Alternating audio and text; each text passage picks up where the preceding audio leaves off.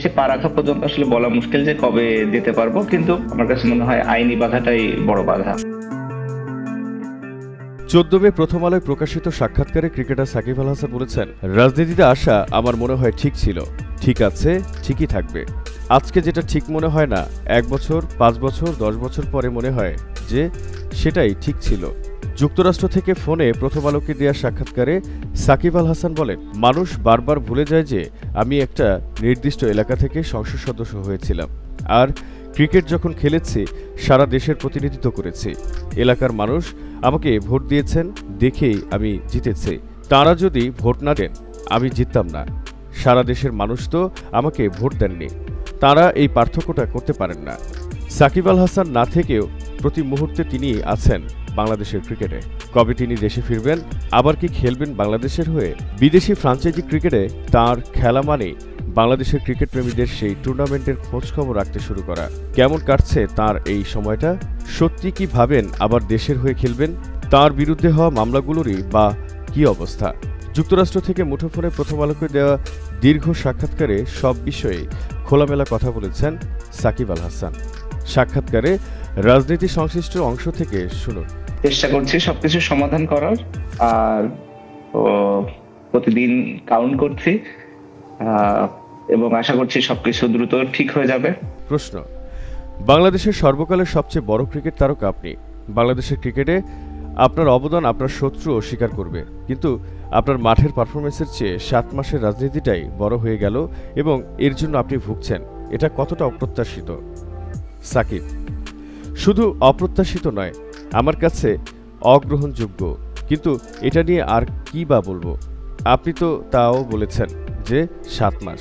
অনেকে তো বলে যে একটা ফেসবুক পোস্ট না দেওয়াতেই নাকি মানে কি একটা অবস্থা।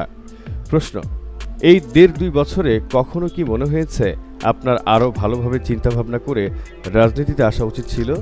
সাকিব, না, আমার মনে হয় ঠিক ছিল, ঠিক আছে, ঠিকই থাকবে। আজকে যেটা ঠিক মনে হয় না, 1 বছর, 5 বছর, 10 বছর পরে মনে হয় যে সেটাই ঠিক ছিল। মানুষ বারবার ভুলে যায় যে আমি একটা নির্দিষ্ট এলাকা থেকে সংসদ সদস্য হয়েছিলাম, আর ক্রিকেট যখন খেলেছি সারা দেশের প্রতিনিধিত্ব করেছি। এলাকার মানুষ আমাকে ভোট দিয়েছেন দেখেই আমি জিতেছি। তাঁরা যদি ভোট না দিতেন আমি জিততাম না। সারা দেশের মানুষ তো আমাকে ভোট দেননি, তাঁরা এই পার্থক্যটা করতে পারেন না। প্রশ্ন, আপনার রাজনীতিতে আসার স্বপ্ন যে খুব অল্প সময় ধাক্কা খেল, সেটার জন্য হতাশা নেই? সাকিব, আমার তো মনে হয় এতে আমার পরিপক্কতা আরও বাড়বে।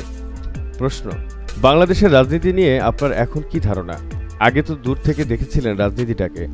সাকিব, আমার মনে হয় আরও অনেক বেশি কিছু করার আছে এখানে, যেটা আমি চিন্তা করতাম তার থেকেও বেশি কিছু। আগে ভাবতাম সিদ্ধান্ত নিলেই হয়তো সিস্টেমের অনেক কিছু বদলে ফেলা সম্ভব। এখন মনে হয় আরও বেশি কিছু করার দরকার আছে। রাজনীতি সম্পর্কে মানুষের ধারণা বদলানোরও দরকার আছে। আমাদের দেশের অনেক মানুষ মনে করে রাজনীতি খারাপ জিনিস, কিন্তু রাজনীতি ছাড়া তো কোনো কিছু বদলানো সম্ভব নয়। আমি বুঝি না যে রাজনীতিটা কিভাবে খারাপ জিনিস হলো। এখানে তো মানুষের সেবা করার সুযোগ আছে। প্রশ্ন, মানুষ তো আসলে ঠেকে শিখেছে। তারা হয়তো মনে করে রাজনীতি তাদের ভালো কিছু দিতে পারেনি। সাকিব, এটা তো আমাদের সমস্যা, কারণ আমরা যাদের নির্বাচিত করি বেশিরভাগ ক্ষেত্রে তাঁরা সেবা করার চেয়ে সেবা নিতে পছন্দ করেন বেশি। নিজেদের লাভের জন্য রাজনীতিতে আসেন। যারা সেবা করতে আসতে চান তাদের আমরা আবার ঢুকতেই দিই না। যে কেউ রাজনীতিতে আসতে পারেন, যে কেউ যে কোনো দল করতে পারেন, এটাতে রাইট রঙের কোনো বিষয় নেই। যে খারাপ কাজ করবেন কিংবা করছেন তাকে শাস্তি দিতে হবে, সেটা ঠিক আছে, কিন্তু এটাও নিশ্চিত করা উচিত কেউ যেন বিনা কারণে না ভোগে। দেশের একজন সাধারণ নাগরিক হিসেবে আপনি, আমি, সবাই তো সেটাই চাই যে ভালো মানুষ ভালো থাকবে, খারাপ মানুষের শাস্তি হবে, আবার তাদের ভালো হওয়ার সুযোগও দিতে হবে। প্রশ্ন, আপনার দলের নেতাকর্মীদের সঙ্গে কি আপনার এখনও নিয়মিত যোগাযোগ আছে? সাকিব, হ্যাঁ, তারাই যোগাযোগ করে আছে। একটা যোগাযোগ তো থাকেই। প্রশ্ন, রাজনীতির প্রতি ও আপনার রাজনৈতিক দলের প্রতি আপনি দায়বদ্ধ থাকছেন, কিন্তু দেশে ফিরতে চাচ্ছেন একজন ক্রিকেটার হিসেবে। আপনার দলের অন্য নেতাকর্মীদের তো সুযোগ নেই, তারা আপনার এই ফেরাটাকে কিভাবে দেখবেন? সাকিব, সেটা তো আসলে আমার পক্ষে বলা মুশকিল, ওনারাই ভালো জানবেন। প্রশ্ন, আপনার দেশে ফেরার একটা প্রক্রিয়ার কথা শুনি, সেটা এখন কি অবস্থায় আছে? সাকিব, কোনো অবস্থায় নেই। আমি আইনগতভাবে যা করা সম্ভব করছি। আশা করি অন্তত একটা বিষয়ে খুব তাড়াতাড়ি সমাধান হয়ে যাবে, খুবই তাড়াতাড়ি। এরপর থাকবে 2টা কেস। প্রশ্ন, আপনার বিরুদ্ধে মামলা 3টি নাকি 4টি? সাকিব, আমার ধারণা মতে তো 3টার ভেতরেই 4টা আর কি, মানে একটার ভেতরেই 2টা মনে হয়, এরকম কিছু। প্রশ্ন, কোনটার সমাধান দ্রুত হবে বললেন? বলা যাবে? সাকিব, কোনো একটা হবে, আগে হোক, আগে থেকে না বলি। প্রশ্ন, বিষয়টি কি আপনার আইনজীবীরাই দেখছেন নাকি বিসিবি বা আর কেউ সংশ্লিষ্ট আছেন? মামলাগুলোর অবস্থা বা কি? সাকিব, আমার আইনজীবীরাই দেখছেন। কিছু বিষয় আছে জামিন নেওয়া সম্ভব নয়, এটা তদন্ত করে তারা রিপোর্ট দেবে যে আমি ঘটনার সঙ্গে যুক্ত আছি কিনা। যদি না থাকি তাহলে ক্লিয়ার, আর যদি থাকি তাহলে কেস করলে তখন আমার জামিন নেওয়ার ব্যাপার, এরকম কিছুই আমার ধারণা। আমি আসলে আইনের ভাষাটা এখনো পুরোপুরি বুঝতে পারিনি। প্রশ্ন, আপনাকে তো কেউ দেশে ফিরতে নিষেধ করছে না, তবে এ ব্যাপারে আপনারও নিজস্ব একটা সিদ্ধান্ত থাকার কথা যে মামলাগুলো ঠিক এই পর্যায়ে এলে আপনি দেশে ফিরবেন, সেই পর্যায়টা কি? সাকিব, আমিও বলছি না সেটা। দেশে তো আমি ফিরতে চাইলে এখনও ফিরতে পারবো। আমি চাই মোটামুটি একটা নিরাপত্তা আর দেশ ত্যাগের নিষেধাজ্ঞা ওঠানো, যেটা খুবই সম্ভব। দেশ ত্যাগের নিষেধাজ্ঞা না ওঠানো পর্যন্ত আমার পক্ষে যাওয়া সম্ভব নয়, এবং অবশ্যই নিরাপত্তা, এই 2টা জিনিস আমার জন্য খুব গুরুত্বপূর্ণ। প্রশ্ন, কী ধরনের নিরাপত্তা চান আপনি? সাকিব, স্বাভাবিক একটা নিরাপত্তা তো লাগেই। মব হতে পারে, যে কোনো সন্ত্রাসী হামলা হতে পারে, কত কিছুই তো হতে পারে। মানুষের কিছু রাগ থাকতেই পারে, বা কেউ ব্যক্তিগত শত্রুতা থেকেও কিছু করতে পারে। আমি বুঝি গ্যারান্টি দিলেও অনেক সময় অনেক কিছু ঘটে, সেটা অন্য জিনিস। তারপরও একটা আছে না, যে কেউ আশ্বাস দিয়ে বলছে বিপদ হলে দেখবে, বা অন্তত আমার একটা বলার জায়গা থাকা, এটুকু অনুরোধ তো আমার থাকতেই পারে। প্রশ্ন, যেহেতু মামলা আছে, দেশে এলে কি আপনার গ্রেফতারের ভয় আছে?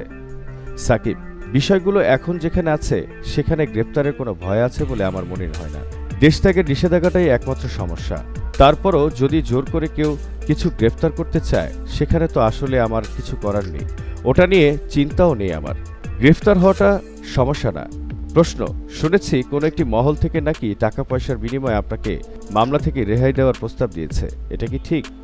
সাকিব, হ্যাঁ, এরকম একটা প্রস্তাব আমার কাছে এসেছে যে এই টাকা দিলে মামলা করে দেবে। প্রশ্ন, কত টাকা চেয়েছে, একটু বিস্তারিত বলবেন ঘটনাটা? সাকিব, এই তো বলেছে যে 1 কোটি টাকা দিলে আমার নাম কেস থেকে উঠিয়ে দেবে। তবে যে বা যারা টাকাটা দাবি করছে তাদের ধারণা নেই যে কেসটা যেহেতু করে ফেলেছে, এখন চাইলেও তার নাম ওঠাতে পারবে না, বা তারা ওঠালেও পুলিশ যে ওঠাবে বিষয়টা তা না।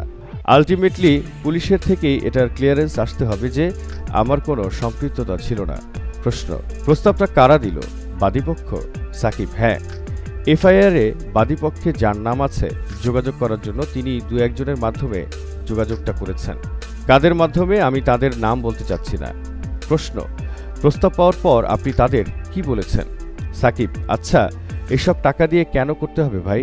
টাকা দেওয়া মানে তো হচ্ছে আমার সমস্যা আছে, আমি চাচ্ছি যে আমাকে এখান থেকে বাঁচিয়ে দেওয়া হোক। হতে পারে তারা ভেবেছে আমার কাছে অনেক বেশি টাকা, চাইলেই হলো। আমিও এই আশা করি যেন অনেক বেশি টাকা থাকে আমার কোনো সময়।